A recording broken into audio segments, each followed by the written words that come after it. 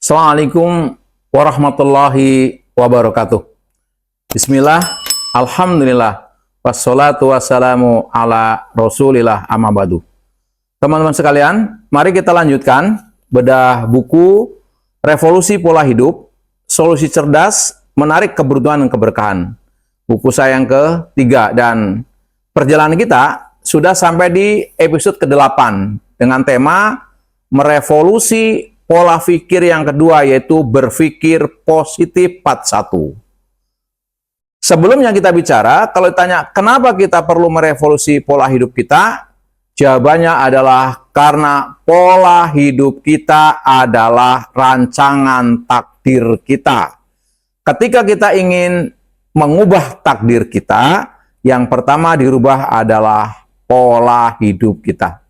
Ada beberapa pola yang perlu kita rubah, minimal ada tiga pola hidup utama untuk bisa menarik keberuntungan dan keberkahan. Yang pertama adalah pola pikir. Pola pikir ada 4. Pola pikir yang pertama, orientasi hidup kita harus akhirat, sudah kita bicarakan. Dan hari ini masuk di pola pikir yang kedua, yaitu harus membangun pola pikir positif. Apa itu pola pikir positif? Pola pikir positif mengandung 2 unsur. Unsur yang pertama adalah mengisi ruang-ruang pikiran kita, ya, dengan pikiran positif. Jadi pola pikir berarti orientasinya ke pikiran kita, bukan kepada objeknya, yaitu mengisi ruang-ruang di pikiran kita dengan muatan yang positif. Itu yang pertama. Yang kedua, menciptakan penilaian-penilaian yang positif dari apa yang kita lihat dan apa yang kita alami. Jadi fokusnya bukan pada objek, tapi kepada pikiran kita. Jadi yang pertama mengisi ruang-ruangan pikiran kita dengan muatan positif. Yang kedua, menciptakan penilaian-penilaian positif. Untuk mudahnya, mari kita lihat di layar.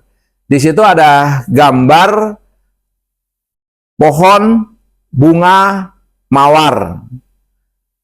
Ada 2 orang menilai. Pertama, kalau dia fokusnya kepada durinya, maka akan mengatakan tangkai bunga mawar itu penuh duri walau ada bunga. Karena dia fokusnya kepada duri. Karena melihat fokus pada duri, maka nggak indah lagi tuh tangkai mawar yang penuh bunga tadi.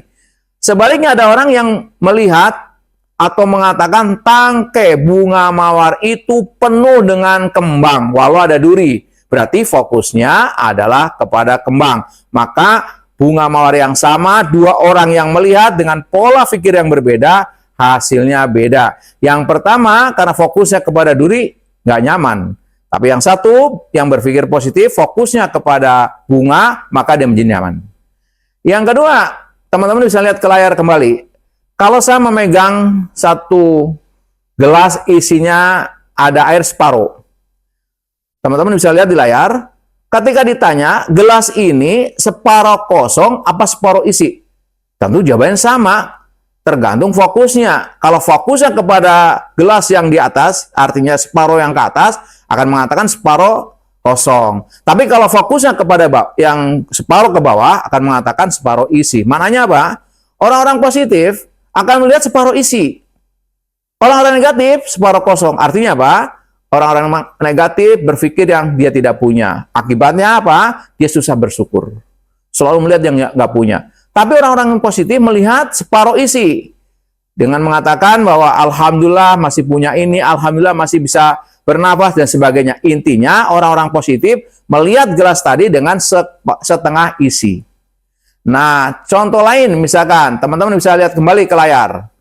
Ada jam dinding di sini, katakan jarum panjangnya di angka 10, jarum pendeknya di angka 2. Kita bisa mengatakan tinggal 10 menit lagi. Betul. Atau mengatakan masih 10 menit lagi, tergantung. Orang-orang yang mengatakan ya tinggal 10 menit lagi, seakan-akan waktu 10 menit sudah tidak berguna apa-apa. Tapi orang-orang yang mengatakan masih 10 menit lagi. Artinya apa? Dengan 10 menit dia bisa menuangkan ide, gagasan, membuat rancangan program kerja besok, dan lain sebagainya. Ada kisah menarik. Suatu hari saya mengajar kuliah duhur di sebuah instansi bank BUMN. Ketika saya keluar dari tempat mengajar, ada seorang bapak di pojokan ruangan memanggil saya, "Pak Ustadz." Saya samperin, karena kita udah kenal. Tiba-tiba bapak tidak mengatakan, "Pak Ustadz, saya 5 tahun lagi pensiun." Dengan nada yang begitu memelas, kayaknya udah hilang harapan. Pertanyaan saya kemudian, "Kenapa kalau bapak pensiun?" "Ya bagaimana ya Pak Ustadz, nggak pensiun aja, saya susah ngelolanya, bagaimana kalau saya pensiun?" Lalu saya bertanya balik, "Kenapa bapak memborong penderitaan yang belum terjadi? Kan kita nggak tahu besok masih ada apa tidak. Kenapa begitu mengkhawatiri sesuatu yang belum terjadi? Kenapa nggak berpikir, masih 5 tahun lagi Pak Ustadz, yang dengan begitu 5 tahun kita bisa berkarir, berinvestasi pikiran, belajar ini, belajar itu, dan sebagainya." Ini menggambarkan betapa bukan objeknya, tetapi pikiran kita.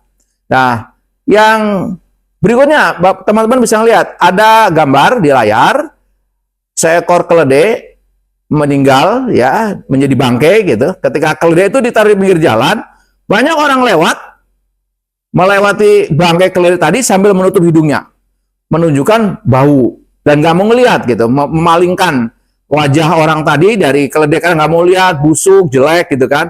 Lewat lagi begitu. Orang kan yang terakhir, seorang yang bijak, yang selalu berpikir positif, melihat keledai yang terbaring dalam keadaan sudah bau, dia memandang lalu tersenyum. Dia tidak memegang hidungnya. Maka ketika sudah ngelewatin keledai tadi, teman-teman yang lewat duluan bertanya, "Wahai Bapak yang bijak, bagaimana mungkin Bapak ngelewatin seekor keledai yang bau, Bapak tetap tersenyum?" Apakah jawaban Bapak tadi?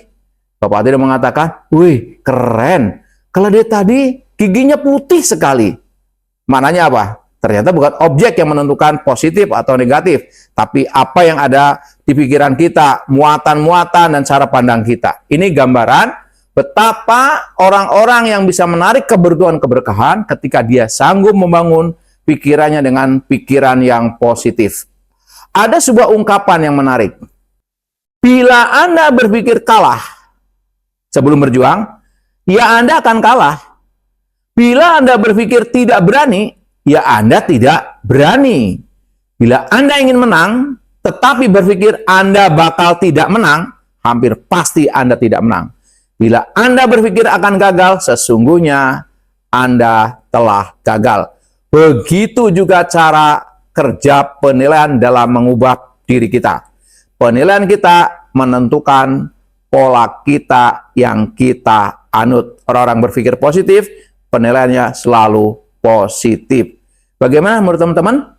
Tulis di kolom komentar. Assalamualaikum warahmatullahi wabarakatuh.